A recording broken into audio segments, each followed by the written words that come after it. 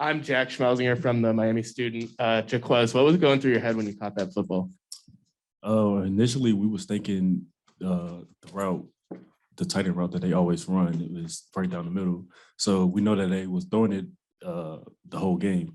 So initially, when I saw the quarterback look off of the route right up the middle, I just read his eyes and he took me where the ball was at. So just read the quarterback eyes. And Brett, I've got one for you too. It's been a tough couple of years for you guys with COVID and everything. How does it feel to, finally be rewarded, be recognized for all of your hard work the last 2 years? Yeah, I know. Like you mentioned, last season kind of got cut short. I think we played 3 games, and I only played 1.5, so it really didn't even feel like we even played a season. But to be able to play a full season, to end it in a bowl victory against a really good team, that means everything because we have a couple of 6-year and 5th-year guys that have, they hopped on this train when Miami wasn't very good. And they've been here all throughout that, and to send those guys off with a win. Some of my best friends, and that just means a whole lot to me. So I was going to do everything I had to win this game tonight. Right over here in the red, please.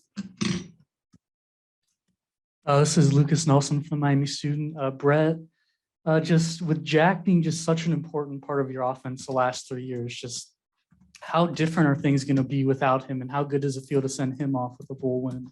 Yeah, like I mentioned before, to send Sorensen and the others who have been here for a long time, to send them out with a win, that means everything to me. I wouldn't want them to go out any other way because they don't deserve anything other than that. They deserve to go out on a win like this. And yeah, to not have him next year, it's going to be a little weird. It's going to be a little different. It's definitely a big change. We're going to have guys, they'll have to step up. And they'll step up during spring ball, and I'm really excited for it. And I wish Jack nothing but the best going forward at the next level. So hopefully I can see him on top sometime. Any other questions in here? Anybody in the Zoom here? Yes, Dave, go ahead, please. Hey, Brett, it's Dave. Hey, What's up?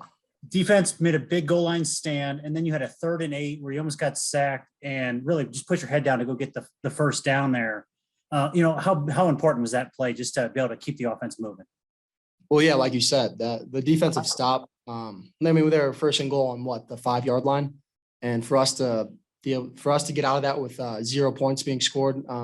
Just credit to our defense. They've done that year, game in and game out all year. So for them to do that, that was awesome. And then for us to be able to get that first down, we were 3rd and 8 in the goal line. That changed the entire drive. Momentum kind of flipped, and we just kind of rolled from there on out, and we're able to go on a 90-yard drive to end the game on their 10-yard line. So, it was just a great way to end the game. Dave, another question?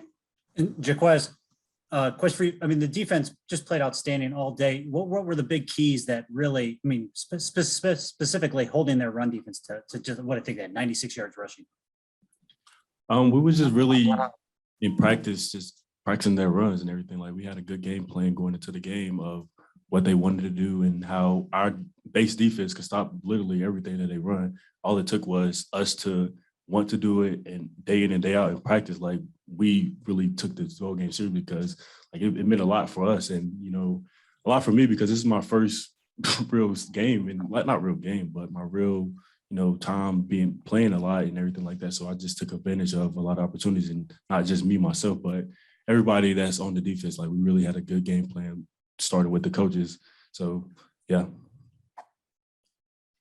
And then I just got one last one, Jaques. Also, to start the year, you weren't even really playing, and now you're sitting at the taking questions at a bowl game. Just talk about your whole season.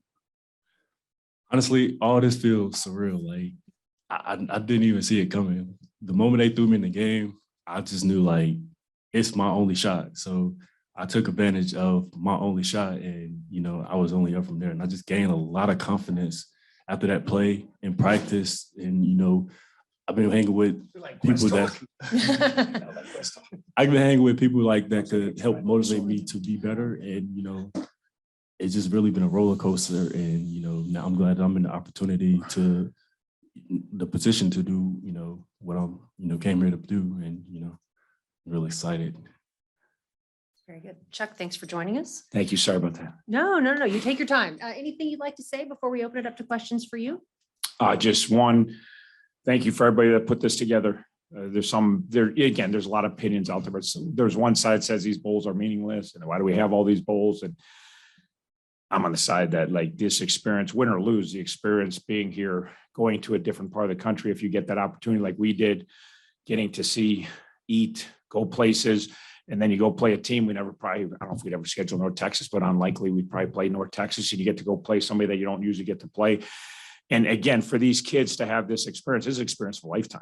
In my opinion, I give my right arm as a player to experience some Sunday through Thursday. I don't want to go home. Like my wife says, we got Christmas in a couple of days, but so to me, thank you for, the people that, whatever the idea to go and get this thing. And then again, a lot of people didn't want to go to the new bowl or the bowl they threw together. I was like, Frisco, Dallas, let's go. I don't know anything about Frisco, but I know it might not be cold. It was a pretty nice day out there from where I come from. That's pretty nice in the middle of December. So, and then the venue's great. And just our kids thought it was really cool. So just thank you. Again, we all got memories of a lifetime because some smart people put their heads together and got this thing going. So everyone involved, thank you. Again, North Texas is a good opponent. I'm really proud of the way my team played. We had a ton of kids out today. I was sitting next to North Texas GA in pregame, and all the GA's jobs are to go see who's not dressed, which I think is stupid. I think we should just tell each other who's not dressed because in 5 minutes, we're going to know who's not dressed. So he had this long list of guys.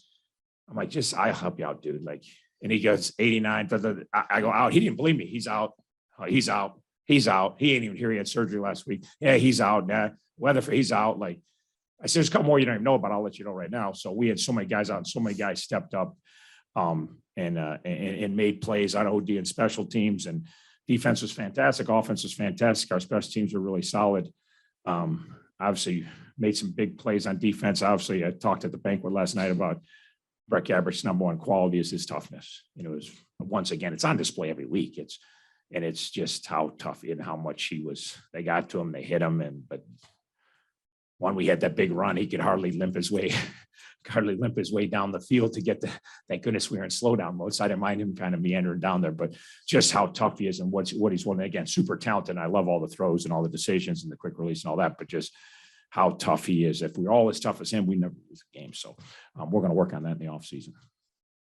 All right, with that, we'll open it up to questions. Again, just raise your hand. I'll have the microphone brought over to you, right over here on the left. Quiz is tough too. Chuck, just you talked about it all season, but just how important is the senior group to you, and just how good does it feel to end their careers with a win in this bowl game? Yeah, and I'm sure they got seniors. They feel the exact same way about it. And that's, like I said, our stupid lives is 50% of us win, 50% of us lose.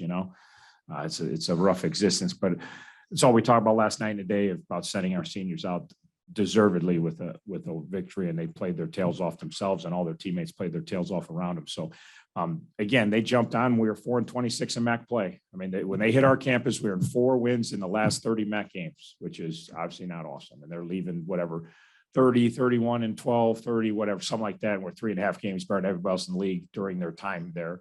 They've got a MAC championship. Now they got a bowl victory, and they've set the bar and reassert us as a top end MAC team. So couldn't be more proud. And again, great players. And those of you that have known them, how fantastic of people they are to be around. I'll miss them tremendously. Coach Jaques Schmelzinger from the Miami Student. You mentioned how you had a lot of guys out today. How did it feel to see guys like Jaques, who are a little bit lower down on the depth chart, maybe throughout this year, step up in such a big game? Yeah, we need Quest step up. He actually came on the scene at Central Michigan when we needed somebody to step up. Dominic Nardone and Jack DeGerald, I don't know how I snapped. Nardone player ever snapped a will. Like a year ago, he came in as a freshman during COVID. He wasn't even part of the roster. He was those guys running around the field trying to stay busy because we limited our roster for COVID. And DeGerald was one of them out there, and those guys. So a lot of kids stepped up. Homer, no backup, no 2 starting tailbacks. We lose Hip and Hammer this morning to 103 fever. Like, I didn't know Hip Hammer's playing. I didn't know he's going to play either until I got to the stadium. They said he had a cold this morning, and I was like, okay, he'll be fine. Then I got here and he's not playing. I'm like, okay, that stinks. He's a pretty good player. So, and all the guys were out on defense. So it was a great team victory. It's what we try to always do. We play together and we complement each other. And we get a turnover, they punch it in. And again, that's what you have to do. We get a huge stop, they go 99 and run the clock. That's what you have to do. So just an awesome job by a ton of kids. Like, again, Dominic Nardone hasn't played a snap of defense the entire season. We're in week 13, not one snap, other than a couple games mop up time. He played every snap today, every single snap. So it was awesome. We're going to go to Zoom now. Dave, go ahead. Hey, Coach, it's Dave. Hey, I thought the key sequence was the goal line, stand by the defense, and then really Brett's 8-yard run there on 3rd and 8 to extend that drive to really, and you just never gave the ball back. Can you just talk about that a little bit? Yeah, no, I thought that obviously that I thought we got the stop, we're going to win it, because I figured even if we had to punt it out of there, I thought we, whether we got to stop or not, the time was on our side. We didn't have to do a lot right. And then obviously we hadn't done that until earlier this year. Central Michigan, we got a lead late and the offense just didn't come off the field, and that's huge, when they know you have to run it and you still run the ball. We haven't been able to do that, end the game with our offense on the field. We've done it a number of times this year. I really thought the key sequence was, in my opinion, and you didn't ask, but I'm gonna give you my opinion, was the pick by John and then the offense getting 7 there.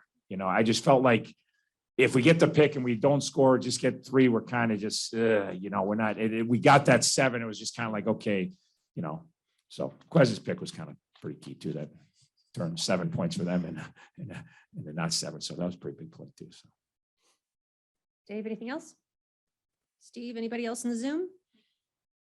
Anybody else in the room? Go ahead, please. Let's go. We'll bring the mic over to you. It's gonna take a while to load up the truck. Let's go.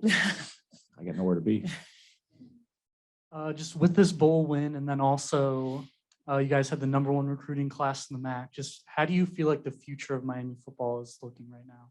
Yeah, no, we try to build this thing to where we could compete for MAC championships every year, and that's what we've been able to do. And not going to win them every year, and we're still, this is a great victory. It doesn't take away, at least to me, it doesn't take away what happened a couple weeks ago. That'll stay with me forever. So, but we want to be a team that when we lace them out the fall, we got a chance to fight for a MAC championship, and I think we've put ourselves in that position, and so we feel great about where Miami football is. The quality of kids we have, the talented kids, their work ethic.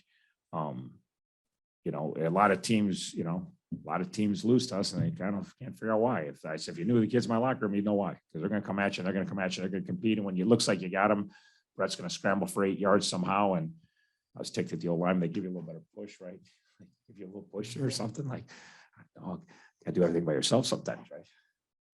So, but it's in really good shape, and it's mostly because we've recruited really quality kids, and players make plays, and players practice, and players prepare, and we guide them certainly. But if you don't have the right kids in your locker room, you're never going to be a championship caliber football team.